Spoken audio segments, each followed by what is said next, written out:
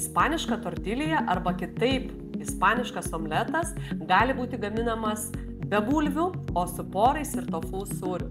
Be galo maistingas ir greitai paruošiamas patiekalas, kuris tiks jūsų vakarieniai arba greitiems pietums.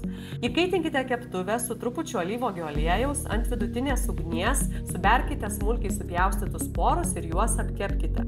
Tada išplakite kiaušinio plakinį, pilkite šlakelį avižų ar kito augalinio gėrimo, sutarkuokite tofu sūrį, įdėkite druskos, pipirų, ciberžolės, viską išmaišykite ir užpilkite visą masę ant pakepintų porų, apkepkite vieną pusę gerai, uždenkite truputį dangtį, palaikykite ir apverskite į lėkštę ir kitą pusę apverskite omleto ir apkepkite kitą pusę. Kai omletas iškeps abi dvi pusės, jį galite drąsiai tiekti ir valgykite jį karštą, su šviežiamis daržovėmis ir toks greitas patiekalas patiks visai šeimai, kviečiu išbandyti. Palaikinkite šitą receptą, parašykite gaminsiu komentaruose ir daugiau mano receptų rasite svetainėje sveikatai palankus LT.